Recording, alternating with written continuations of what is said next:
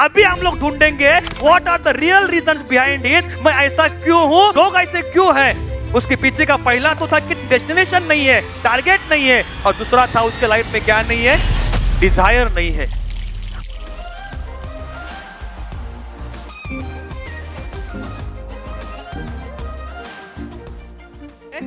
Dzire नहीं है, कुछ कर दिखाने की चाहत नहीं है। एक तो डिसाइड किया कि मुझे वहां तक जाना है, ओके ये मेरा टारगेट है, वो डिसाइड किया और डिसाइड करके घर में बैठ गए। हेलो, चलेगा? तो उसको अचीव करने के लिए आपको क्या चाहिए, क्या चाहिए आपको? और कई सारे लोगों के पास NDTDA है। NDTDA मतलब no desire to do anything syndrome, कुछ करने की तो चाहत ही ये कई सारे लोगों का लाइफ है, और इसीलिए वो ऐसा है। एक छोटा सा बच्चा है, small boy, he goes to Socrates. आपने कभी नाम सुना सोक्रेटिस? सोक्रेटिस एक बहुत ही बढ़िया फिलोसोफर होके गए। He is a Greek philosopher. दूर दूर से लोग आते थे उनको सलाह मांगने के लिए। He was very successful, very dynamic, very brilliant. तो दूर दूर से लोग आते थे उनको सलाह मांगने के लिए। एक दिन एक छोटा लड़का उनको जाके मिलता है और पूछता है, सोक्रेटिस सर, मुझे लाइफ में बड़ा बनना है, कुछ तो कर दिखाना है, मुझे भी लाइफ में आपके जैसा बनना है। तो सर मैं आपसे जानना चाहता हूँ सक्सेस के पीछे का राज क्या है। Sir I just want to know from you what is the secret behind success. तो सोक्रेटिस, जिसने आज तक हजारों लोगों को मदद किया, उसको बोलते, बेटा आपको जानना है सक्सेस के पीछे का राज क्या है? बोलता, यस सर, उसके लिए तो मैं आया हूँ और आपका नाम सुन के आया हूँ मैं। सर बताओ क्या राज है सक्सेस के पीछे? सोक्रेटिस बोलते हैं, बताऊंगा, लेकिन अभी, हेलो अभी? तो बोलता है, कभी बताएंगे सर? बोलता है, कल सुबह 10 बजे आ जा। बोलता है, नो प्रॉब्लम सर, मैं रुकने के लिए तैयार हूँ। और सोक्रेटिस उसको बोलते हैं, यहाँ पे नहीं आना है तेरे को, मेरे ऑफिस में नहीं आना है। बोलता है, किधर आना है सर? आप चाहो जिधर बोलो उधर आने के लिए तैयार हूँ मैं सर। बोलते हैं, कल सुबह 10 बजे नदी किनारे मिलना है। किधर मिलना है? तो बोलता है, कार्यक्रम क्या है सर? ऐसा बोलता नहीं है, लेकिन शायद उसके मन के अंदर एक डाउट आता है, साला मैं सक्सेस के पीछे का राज जानने के लिए आया हूँ और ये सोक्रेटिस साहब मुझे नदी किनारे 10 बजे बुला रहे हैं, कुछ तो झोल है। लेकिन बोलता है, नहीं, बहुत ही बढ़िया आदमी है, इसके ऊपर हम लोग विश्वास रखेंगे, ट्रस्ट करेंगे। तो दूसरे दिन exactly 10 o'clock in the morning वो नदी किनारे जाता है। सोक्रेटिस जो पंक्चुअल है, लेट होते, उनका बस कभी लेट होता, वो 10 के पहले ही पहुंचे थे। ये बच्चा जाता है और बोलता है, सर मैं आ गया हूं, आपने बोला था 10 बजे आना है, तो बोलो सर क्या राज है सक्सेस के पीछे? सोक्रेटिस बोलते हैं, इधर आ, कंधे पे हाथ रखते हैं। और ये इतना भी बलवान आदमी है Socrates, he was so huge. छोटा सा बच्चा उसके कंधे पे हाथ रखते हैं और उसको पानी के अंदर लेके जाते हैं। बच्चा भी कांपने लगता है। ये बोलता है, मेरा डाउट सही था, लेकिन अभी छुटकारा तो। और उसको पानी में अंदर लेके जाते, उतरते, अभी पानी इधर तक आता है, लेकिन छोड़ते और नीचे जाते हैं, पानी यहां तक आता है। अब बच्चा तो कांपने लगता है। सोक्रेटिस उसका कॉलर पकड़ते हैं और कॉलर पकड़ के उसको पानी में डुबाते हैं। अब बच्चा तड़प रहा है, पानी के अंदर तड़प रहा है, लेकिन सोक्रेटिस तो इतना ह्यूज है, बलवान है, उसको बाहर आने को देते नहीं है। अब ये बच्चा किसी लिए तड़प रहा है? हेलो, क्या चाहिए उसको? ऑक्सीजन चाहिए, सांस चाहिए, एयर चाहिए। ये सोक्रेटिस उसको आने को देते ही नहीं है बाहर। ये कोई तरीका है? कोई आपके पास सक्सेस का राज पूछने के लिए आता है, छोटा सा बच्चा, आप उसको पानी में लेके जाते हैं और उसको डुबाने की, मारने की हिम्मत करते हैं आप? ये बच्चा तड़प रहा है और बच्चे को पता चला, अब और 1 सेकंड एक्स्ट्रा में रहता हूं पानी के नीचे तो मेरी मौत निश्चिंत है। न जाने वो बच्चे के अंदर कौन सी ताकत आ जाती है, कहां से वो एनर्जी आती है। वो सब एनर्जी को इकट्ठा करके जोर से छलांग लगाता है, जंप करता है और पानी के बाहर आता है। सोक्रेटिस उसको उठा के लेते हैं और पानी के बाहर, नदी के बाहर आते हैं, उसको वहां पे रखते हैं।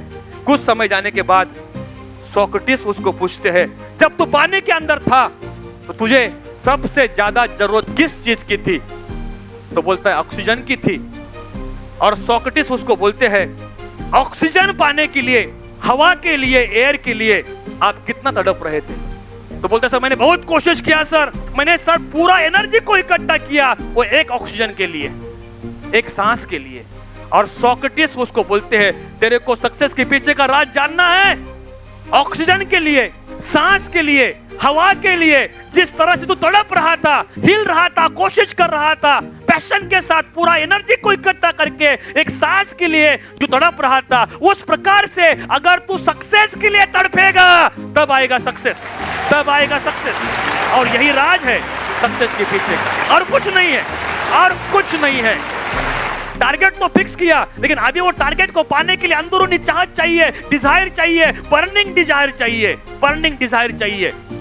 असफलता के पीछे सिर्फ और सिर्फ एक ही राज है। मैंने देखा है असफलता के पीछे सिर्फ और सिर्फ एक ही रीजन है। सफलता का प्रयास पूरे मन से नहीं किया गया है, यही एक ही रीजन है। There is no any other reason, there is no any other reason. असफलता के पीछे सिर्फ और सिर्फ एक ही कारण है। कौन सा कारण है? सफलता का प्रयास पूरे दिल से, पूरे मन से नहीं किया गया है। तो एक तो होना चाहिए डेस्टिनेशन, और उसको उसके ऊपर होने वाला नए कार्यक्रम। दूसरा होना चाहिए डिजायर। ये दो पंछी आसमान में उड़ रहे थे, और इस इनके अंदर उड़ने की एक कलाकारी है, तो और छलांग लगा रहे थे और ऊपर जा रहे थे। और जब दो पंछी जो दोस्त है आसमान में ऊपर ऊपर जा रहे थे, ये दोनों के बीच में से एक जबरदस्त चीज स्पीड से ऊपर निकल जाती है, और ये दो पंछी डर जाते हैं। हम तो जा रहे थे ऊपर गाना गाते गाते, दोनों के बीच में ये जबरदस्त स्पीड से क्या ऊपर चला गया यार? तो पहला पंछी दूसरे को पूछता है, दोस्त ये क्या आइटम था जो ऊपर चला गया और इतना स्पीड से गया, ये क्या था?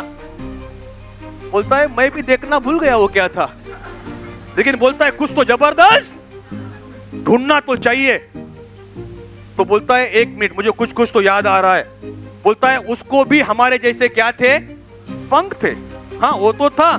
बोलता है कि उसके अंदर भी उड़ने की कलाकारी थी, हमारे अंदर भी है, उसको भी पंख थे, हमें भी पंख है। तो ऐसा उसके पास क्या था कि उसने आज हमें हराया? बोलता एक मिनट सोचने दो, याद करने दो, लेट मी थिंक। हाँ याद आ गया, याद आ गया। तो बोलता है क्या था? तूने कुछ नोटिस किया, तूने कुछ ऑब्जर्व किया? तो बोलता है हाँ ऑब्जर्व किया। तो बोलता है उसके पास एक चीज एक्स्ट्रा थी जो हमारे पास नहीं थी। बोलता है जल्दी बता क्या था वो चीज? बोलता है हमारे पास पंख थे, उसके पास पंख थे, उसके अंदर कलाकारी थी उड़ने की, हमारे अंदर भी कलाकारी है उड़ने की, लेकिन उसके पास एक चीज एक्स्ट्रा थी, ज्यादा थी। और वो बोलता है वो चीज है उसके पिछवाड़े में आग लगी थी। किस में आग लगी थी? बोलता है कि उसके पिछवाड़े में आग लगी थी यार। शायद यही रीजन रहेगा, उसने आज हमें हराया। तो लाइफ में आगे जाना है तो किधर आग लगनी चाहिए?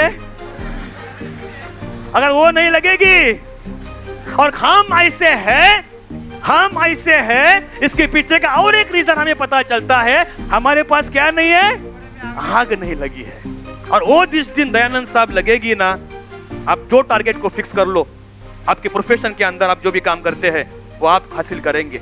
लोग आते हैं मुझे डिमोटिवेट करने के लिए, मुझे भी ऐसे लोग मिलते हैं जो मेरी हिम्मत को हराने की कोशिश करते हैं, लेकिन मैं कभी वो आग को बुझने देता, मैं तो पेट्रोल लेके ही घूमता हूं, सो दैट अगर किसी ने बुझाई तो मैं उसको वापस इग्नाइट कर सकूं।